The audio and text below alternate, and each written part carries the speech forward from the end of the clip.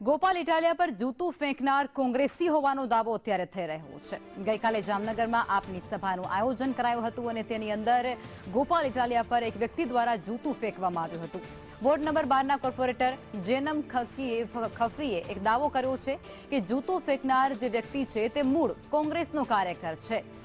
વિવિધ આંદોલનોમાં તમે એક સાથે કામ પણ કરી ચૂક્યા હોવાનો દાવો કર્યો છે અને કોંગ્રેસ છોડી તેઓ આપમાં જોડાતાની સાથે જ આજે હરકત તેમના દ્વારા કરવામાં આવી છે, જેને ખૂબ જ શરમજનક તેમના દ્વારા ગણાવવામાં આવી રહી છે।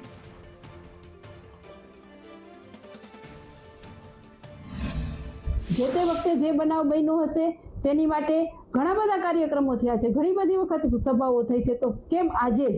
એટલે ખરેખર તો જે આજે અમે આમ કોંગ્રેસ પાર્ટી છોડીને આમ આદમી પાર્ટીમાં જોડાણા અને તેની જે વિશાળ રેલી અને લોકો દ્વારા જે સમર્થન મળ્યું તે કોંગ્રેસથી સહન નથી થયું। એટલે કોંગ્રેસના જ આ કાર્યકર્તાને હું સારી રીતે ઓળખું છું કે આ કોંગ્રેસના કાર્યકર્તા છે અને કોંગ્રેસ દ્વારા જ આ નિમ્ન કક્ષાનું કાર્ય કરાવવામાં આવ્યું છે।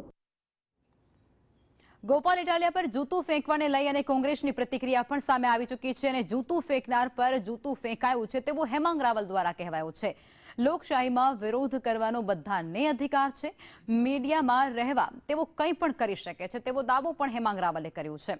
કોંગ્રેસ ડ્રગ્સ અને દારૂ વિરુદ્ધ લડત ચલાવી રહ્યું છે, કોંગ્રેસની યાત્રાથી આપની જમીન ખસી ગઈ છે તેવો દાવો પણ હેમાંગ રાવલે કર્યો છે।